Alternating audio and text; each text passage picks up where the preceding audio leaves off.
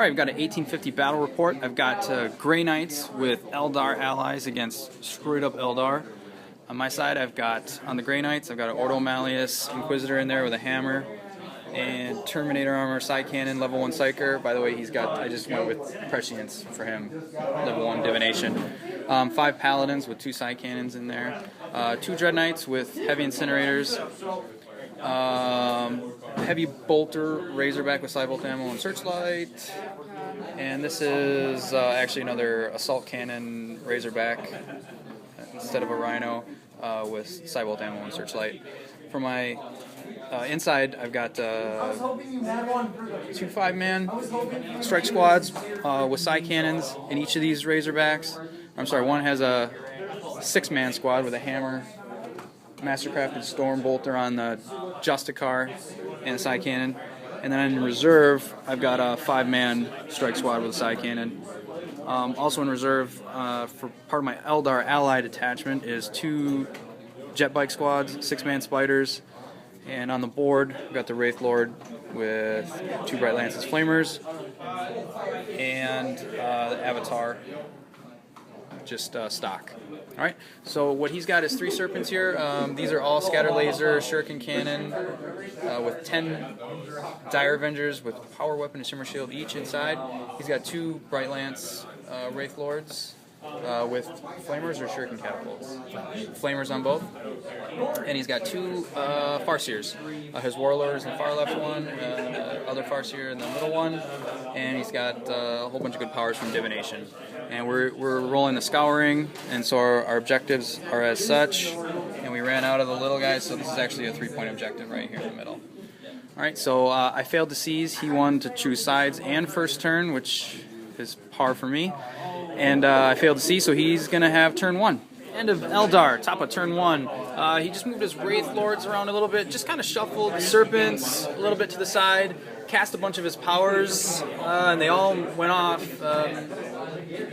Nothing that affected me as much this turn. As far as shooting goes, he attempted to shoot his Wave Serpent over here at this Wraithlord, but only caused a couple wounds. He made his saves, and shifted fires over here and took the middle Serpent on my Dread Knight, but I made my saves, and also directed fire from the Wraithlords at the Dread Knight, but only managed a couple of wounds and made my 4-up cover saves. Over here, the Wave Serpent, he had some unlucky rolls trying to take out this Razorback. He managed to put 2 glances on it with the Serpent Shield, but his Dark Reapers actually managed to glance it to death in the end. I had 2 saves to make, and I whiffed them, so this is actually wrecked right here. I don't have any fire to show you guys, but and the squad popped out right here. So that's end of Eldar turn 1, on to Grey Knights turn 1. Grey Knight turn 1. Move my strike squad out here to get some shots in at these Dark Reapers, and there's only 1 left. The Eldar, thanks to them, and the Dread Knight moving up as well. My Inquisitor cast Prescience and shot 3 side cannons at that Wave Serpent, and only managed a pen and 2 glances at the middle Wave Serpent there. It's pretty terrible. Put 2 glances on it in the end. Dread Knight moved up and then ran for lack of targets. Avatar moved up and ran. Again, nothing to shoot at. This Wraithlord moved down and shot his Bright Lances at the Wave Serpent and got both hits, and I think only 1 glance, but he saved it with his Jink, I believe. Twin-linked Assault Cannon on my Razorback. Couldn't reach the other Serpent to finish it off, so I shot this one and got a pen through, and a weapon destroyed his Scatter Laser. So it's on to Eldar turn 2. Alright, end of Eldar turn 2. They did some damage here. The Crimson Hunter failed to come in, but he moved up his Serpents, got the crew of 10 out here with 1 Seer and their Prescience, and got this other crew of 10 here out. And they unloaded 2 Wave Serpents into the Avatar, who used to be there, and I rolled some pretty terrible saves, and he downed him.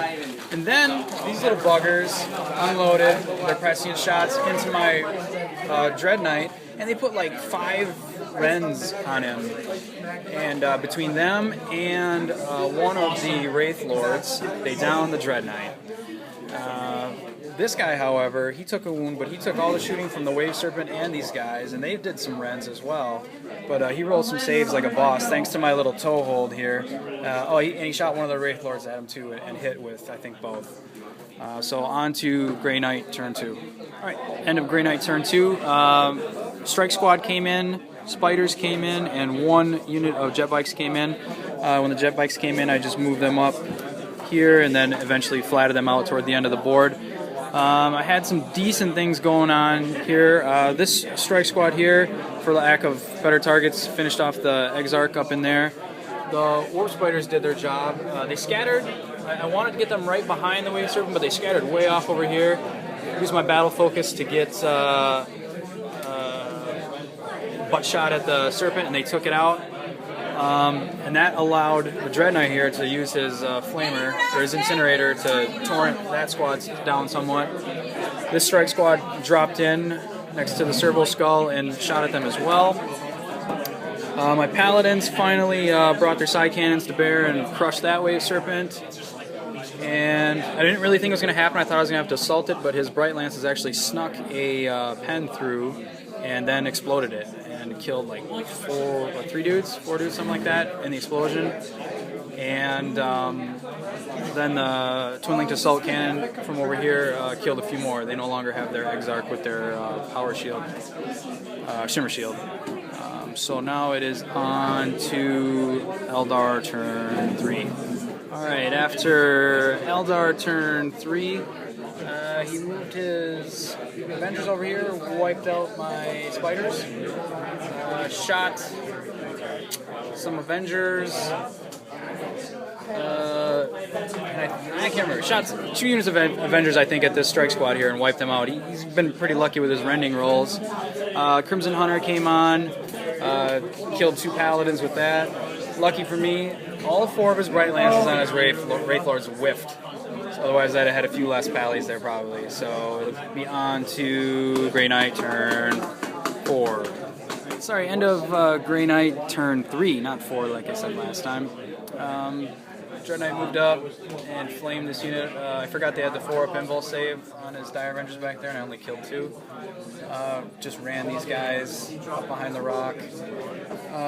Jumped into the ruins here with my Inquisitor and the Paladins. They unloaded on this Wraithlord, and they did like 5-6 wounds to him, something like that, but he made all but his rend. Otherwise, he made all of his armor saves. Failed to wound shooting at him with that Wraithlord, and I put some more wounds on him with the Assault Cannon, but he made all but 1 save. Otherwise, my bikes came in, and I did the same deal, just moved up flat out, not sure where they're going to go yet. So on to Eldar turn 4. Right, end of Eldar turn 4. Crimson Hunter moved up and then did his Vector Dancer, shot into my Dread Knight, put a couple wounds on him. I forgot to say his Farseer from over there, Misfortune, successfully the Dread Knight. And then another Rend who was put on him from this squad. So he's taken 3 wounds. This squad ineffectively shot at Wraithlord. No, they put 1 rending wound on him. He's been rending like crazy. These Wraithlords both hit and both made wounds on my Paladins here, and I couldn't make a single 4-up cover save, which is why I moved them back here in the first place. So all I have left is the Inquisitor there. On to Grey Knight turn 4. I'm going to get this number right one of these times, turn 4. All right, Grey Knight turn 4. Everybody but the side cannons striker moved over here. I was going to try to link up with my Inquisitor, but he rolled a 3 for difficult terrain, so he failed. Inquisitor prescienced himself. Dread Knight moved up here. I didn't know who I was going to flame and then try and shoot. I ended up flaming this unit down to 1. My strike squad evaporated that squad right there. The Inquisitor actually managed, I think, 1 or 2 wounds on this, 1 wound on this Wraithlord. I can't remember. Actually, I think I killed off this Wraithlord, and this guy did a wound to him, and the Assault Cannon did another wound to him. So 1 Wraithlord down and 1 still trucking. And I've just kind of been slightly moving my bikes because I still don't know what I want to do with them. So it's on to Eldar turn 5. Alright, so this is going to be the last turn. This is top of Eldar 5 just because due to time restraints, unfortunately. He prescienced his Crimson Hunter, who then zoomed up here and then vector danced his way over here to put a whole bunch of Bright Lance shots on my Inquisitor, who of course failed miserably and died. This Wraithlord over here shot his Bright Lance, only got 1 hit and then 1 wound, and I failed my cover save. This guy tried to shoot at the same Wraithlord before he died, but he didn't get any wounds.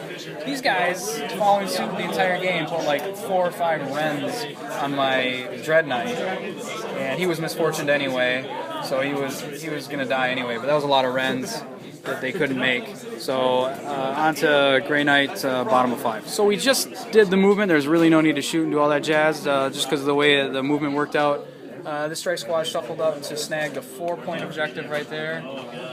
And these guys hopped out and jumped on the 3-point objective here. Jet Bike did what jet bikes do and jumped over here for the 3-point objective. The other one that was far in the back there ran up here. There's actually a 2-point objective underneath that wrecked Wave Serpent. So they managed to snag First Blood, or not First Blood, Linebreaker and the 2-point objective. And so I got 13 points for objectives and Linebreaker, and he had First Blood and Slay the Warlord. So good game, my man, as always.